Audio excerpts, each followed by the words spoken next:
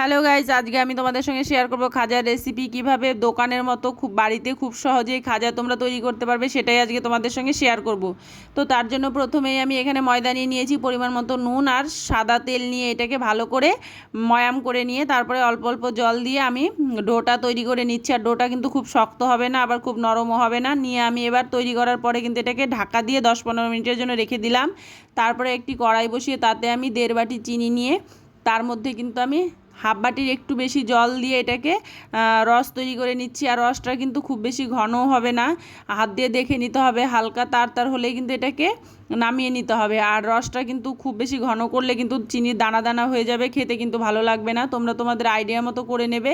তারপরে কিন্তু আমি এখানে লেচিগুলো কেটে নিচ্ছি। আমি এখানে 8টা লেচি করেছি, তো এক একটা খাজার জন্য 4টে করে লেচির লাগবে, সেই জন্য আমি এখানে 8টা করেছি, দুবারে করব বলে।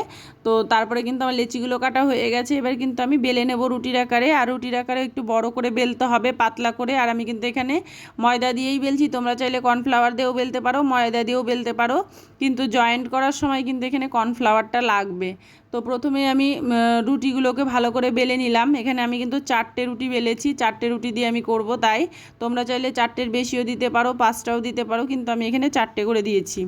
তো এক এক করে কিন্তু আমি সব রুটিগুলো এখানে বেলে নিলাম। বেলে নেওয়ার পরে কিন্তু এবার এটাকে তেল দিয়ে আর কর্নফ্লাওয়ার দিয়ে জয়েন করে নিতে হবে। তো এবার আমি একটা একটা করে রুটি নামিয়ে এখানে এর মধ্যে অয়েল ব্রাশ করে নেব। অয়েল ব্রাশ করার পরে এর ওপরে কিন্তু কর্নফ্লাওয়ার মাখিয়ে দেবো। তারপর আমি আর একটা রুটি এর ওপরে দিয়ে দেবো। এইভাবে কিন্তু এক এক করে 4টে রুটি এর মধ্যে সাজিয়ে নিতে হবে সুন্দর করে। আর প্রত্যেকটা রুটি কিন্তু সেম হতে হবে, কারণ ছোট বড় হলে হবে না, সেই জন্য তোমরা ঠিক করে বেলে নেবে। নেওয়ার পরে কিন্তু এটাকে এইভাবে আমার মতো জয়েন্ট করে নেবে। জয়েন্ট করে নেওয়ার পরে কিন্তু এটাকে এবার রোলের আকারে গড়ে নিতে হবে। তো তোমরা এভাবে বাড়িতে খাজা তৈরি করবে, দেখবে খেতে কিন্তু দারুণ লাগবে, দোকানের থেকেও বেটার হয়, খেতে ভালো হয়। তো আমার কিন্তু এক এক করে 4টে রুটি এখানে জয়েন করে নেওয়া হয়ে গেছে। এবার কিন্তু আমি এখানে এটাকে রোলের আকারে গড়ে নেব। এবার রোলের আকারে গড়ার সময় কিন্তু তাড়াহুড়ো করলে চলবে না, এখানে যেন ফাঁকা না থাকে ভেতরে, ভালো করে দেখে বুঝে এটাকে রোল করে নিতে হবে। আর শেষে গিয়ে কিন্তু জল দিয়ে এটাকে সিল করে দিতে হবে। মুখটা ভালো করে সিল না করলে কিন্তু ভাজার সময় খুলে যাবে, তাই জন্য এখানে জল অ্যাড করে এটাকে ভালো করে সিল করে তারপর এটাকে কেটে নিতে হবে। তোমরা তোমাদের আইডিয়া করে কাটবে, যতটা বড় করতে চাও খাজাগুলো সেই পরিমাণে। আমি কিন্তু দেখো যেভাবে কাটছি এইভাবেই কিন্তু অনেকটা বড় বড় হবে খাজাগুলো। তো খুব বেশি বড় করার প্রয়োজন নেই, তোমরা এরকম করে নেবে। একটা রোল থেকে কিন্তু এখানে 8টা খাজা তৈরি হবে। তো আমি কিন্তু সবগুলো খাজা এবার বেলে নেব হালকা হাতে।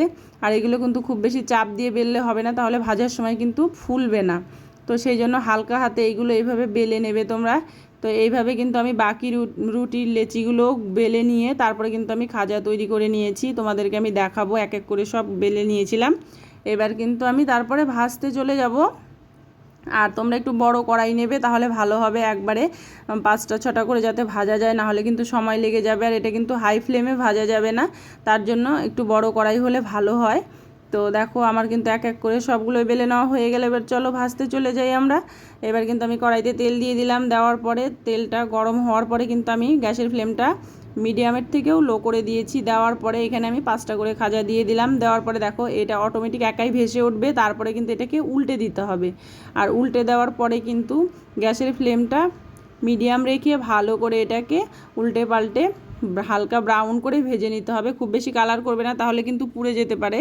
তো এইভাবে কিন্তু এপিটোপিট করে ভালো করে ভেজে নিয়ে তারপরে নামিয়ে নিলেই রেডি হয়ে যাবে খাজা। আর তারপরে কিন্তু এটাকে রসে ডোবাতে হবে।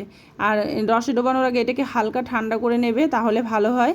তো তারপরে কিন্তু দেখো আমি রসে দিয়ে দিলাম। দেওয়ার পরে এবার এটাকে ভালো করে এপিটোপিট করে রসে ডুবিয়ে তারপরে তুলে নিলেই খাজা রেডি হয়ে গেল।